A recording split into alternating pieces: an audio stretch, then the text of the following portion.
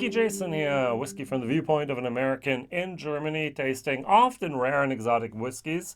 Today, not so much, but for us, it is George Dickel, Bourbon Whiskey. No Tennessee whiskey here, people. This is the 8-year-old 45%. In America, $35. Over here, 65 euros is what I had to pay for this bottle. It is a 750 milliliter bottle, and what I'm going to do is give you a brief history of the distillery and also a tiny little bit of information, a lot of information, about what the Lincoln County process is. And then I'll finally taste this and compare it to something from Budmantucker.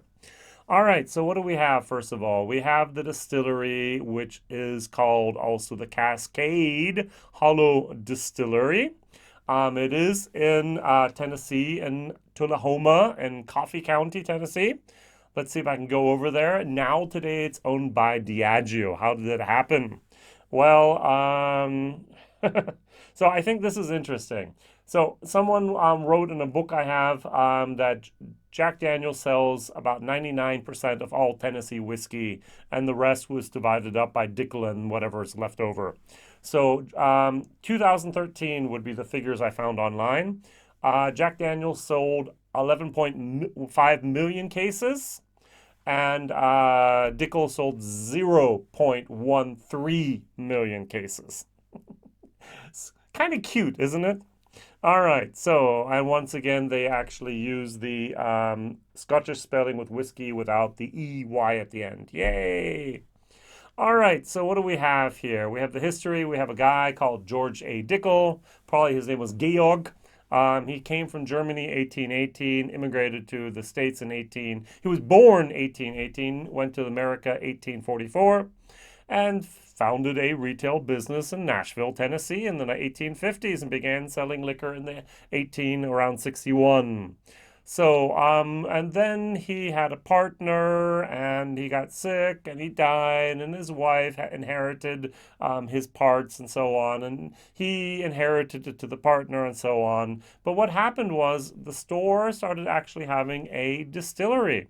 Whiskey was being produced in Cascade Hollow near Normandy, Tennessee, by a guy named John F. Brown and F.E. Cunningham in the 1870s.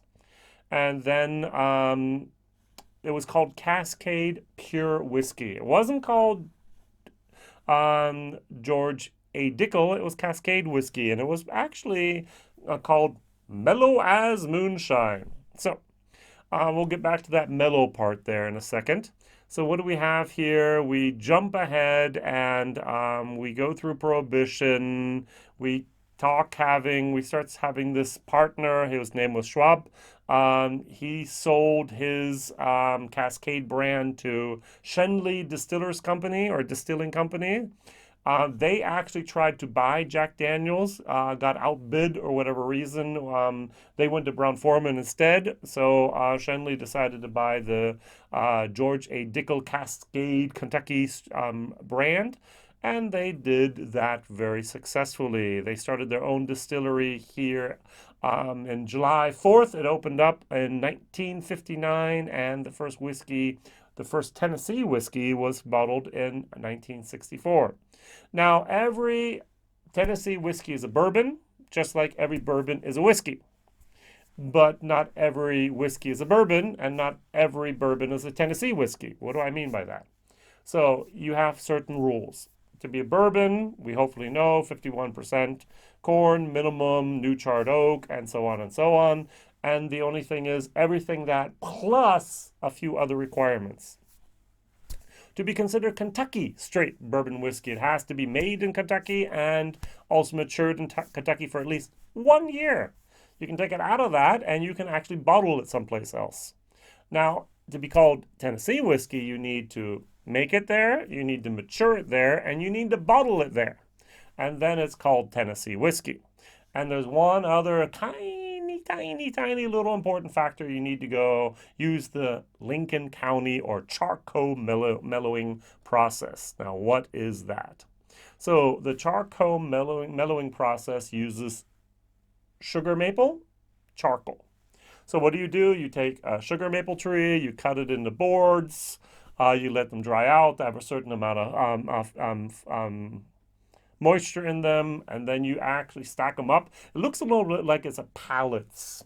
And you put them in a little circle around. You have 4 little pallets left and right, and then you set them on fire. So the legend goes that Jack Daniel actually uses their own new make to use that as a starter fluid. And then you have this guy sitting there with this water hose. What is he doing with the water hose? You want sugar maple charcoal. You do not want sugar maple ashes. And in order to make charcoal, you need to reduce the heat of the flames. So you actually have chunks left over and just not ash. And that's what he's doing. While that's burning down, he's doing that. All right, so you take this charcoal that's been produced from the sugar maple, and then you grind it up to make it a certain consistency. By the way, vodka uses the same thing as well. Much, much finer particles, much coarser particles here in Tennessee. And you put this in this big old vat. So what is the vat? The vat is a big container. At Jack Daniel's, they actually use a process that has about 3 meters worth of that sugar maple charcoal. And they let it trickle down fairly slowly. Only gravity is going through there. At the very bottom, you have like a cloth that catches the rest of the ash, and then you put that new make after the Lincoln County process into a barrel. Now, Gentleman Jack, before you put it in the bottle, you do the same thing again. So that's double charcoal mellowing, but normally just one. Now, over there at our good friends here at Dickel, they actually use a 4-meter high 4-meter thick layer of charcoal. Now the whiskey is cooled beforehand. So way back when they realized, hey, whiskey made in the winter tastes better than whiskey made in the summer. Why? The temperature. So we cool down that the spirit, put it through that, but we completely soak the charcoal. So Jack Daniel's has about 64 so-called mellowing vats. It might be more now. And it takes them about, I think, a day and a half to go through there. All right, just gravity. And then what they do at George Dickel is they basically flood the container, let it go through there. It goes through there much, much quicker, and they can use that process instead. They have 4 meters instead of 3 meters. Now, what happens is every 6 months or so, they change out. They exchange that charcoal for new. My first question was, what happens to that old charcoal? And it's very often used in competitive barbecue competitions. This is something highly sought after, apparently. Did not know. All right, so Dickel uses the Lincoln County process. Through that sugar maple charcoal they produce themselves, and at the end it's just in the barrel for 8 years in this case, and then they can bottle it. Could this have been a Tennessee whiskey? Of course. But our master distiller today, I forgot to mention that, talking about the people here at George Dickel, from 2005 until 2015, we had a master distiller called John Lunn. He left in 2015 to go to the Popcorn Sutton Distillery. Heard a lot about that, and then nothing after that. Then Nicole Austin took over. Nicole Austin started out as a master blender for Kings County Distillery. Then she went over to Ireland and worked with William Grant and Son as they commissioned. She was the commissioning engineer at the grain distillery at the Talamadu in Ireland. Yay, she learned a lot. And then she went back to the US and took over as general manager and distiller at the Cascade Hollow Distilling Company in Tennessee. And that was in March of 2018. And since then, she's been on a lot of different podcasts. I must admit, respect the young lady for all that she's done there.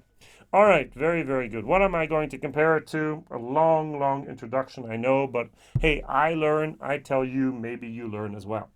So, I have something called Budmantucker. I don't know if you've ever seen this one before. About 3 years ago, this hit the market over here. This is a 6-year-old Budmantucker. This is 46, this is 45. And it says here, also aged for 6 years in Tennessee. So this is a Tennessee whiskey. It's probably from the Nelson Green Distillery and not from the George Dickel.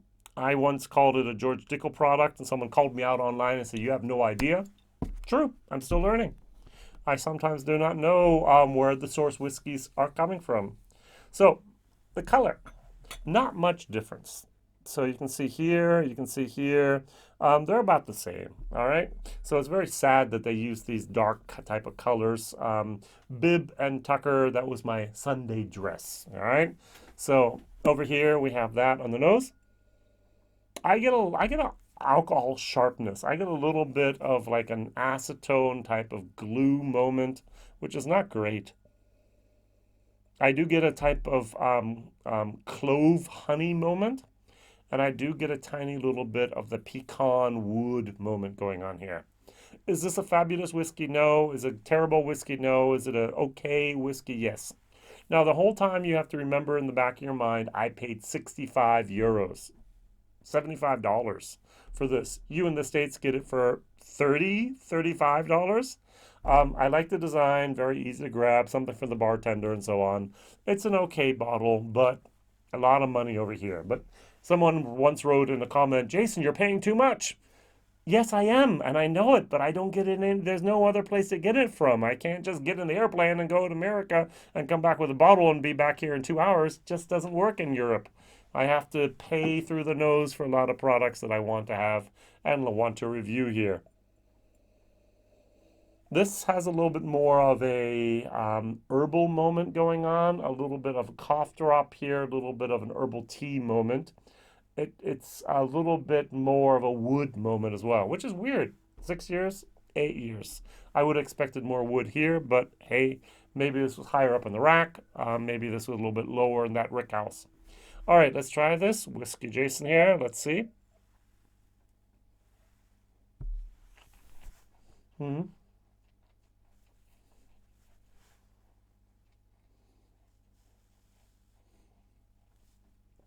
What I like about this, it does start off somewhat thin. It does have a little bit better of a taste towards the end. It has a little bit of that, I'm going to call it that clove honey herbal moment going on here. A little bit of a nutty moment going on here. And I do get a tiny, tiny little bit of that Fred Flintstone vitamin moment, I think. It's not too bad, but it's there. Now, the end, there's a little bit of alcohol, there's a little bit of sharpness, there's a little bit of a industrial type of chemical moment going on here, which dilutes my joy about this whiskey. This is a C to C plus whiskey. For $30, I would buy it. I would have it on my shelf. I would give it to my friends. If they put some Coke in there and put some ice in there, no problem. Do what you want for that. But for 65 euros, I'm going to be, no, you can't do that. Now, I bought the bottle. I did a bottle share. This just hit the markets basically a week and a half ago over here in Germany. And many people are really anxious to see if this is worth it or not. To be very honest, I'm going to say no, it's not. It's not worth 65 euros. I'd much rather have an Elijah Craig. I'd much rather have an Eagle Rare, which I can actually still get over here for about 38, 36 euros, which is crazy that I can get it and you often can't. I can get Buffalo Trace any day of the week I want. No problem. Even the 45 or the 40% version.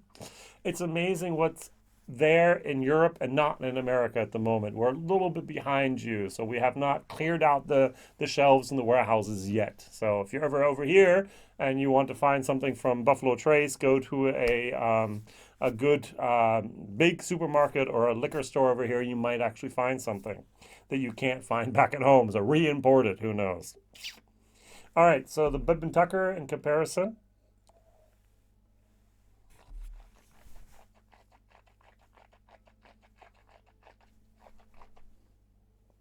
It's got a tiny bit more of a sweetness. It's got a tiny bit more of that woodiness. It's got a little bit more of the corn as well. Mash bill, 84% corn, 8% malted barley, 8% rye. Um, Now that's the thing I don't like about this. I like the finish on this a little bit better than I do here. I like the beginning. It's thicker. It's this. It says it actually here. It says here. I have to hold it up correctly. It says here. So charcoal chill filtered. Not good at holding bottles steady. Sorry. Charcoal chill filtered. This is probably not chill filtered. And I do have a different mouth feel, a different taste here a little bit. They still do the Lincoln County process on it, but it's not chill filtered. It's not lowered down in temperature. And that makes a little bit of a difference. But the finish over here is better. I'm not a big fan of anything I've had from Budmantucker yet. Maybe that one day will change. So a C to a C plus here for taste, for value for money over here in Germany with 65 euros. Definitely a D. Now in America, if I could buy it for 30, it's going to be a C as well. All right, so my question of the day is, what is your favorite Tennessee whiskey product? Is it something from Corsair? Is it something here from Budmantucker? Is it from Dickel? Is it from Jack Daniels? Is it from Chattanooga? Ooh, they're good, doing good stuff as well.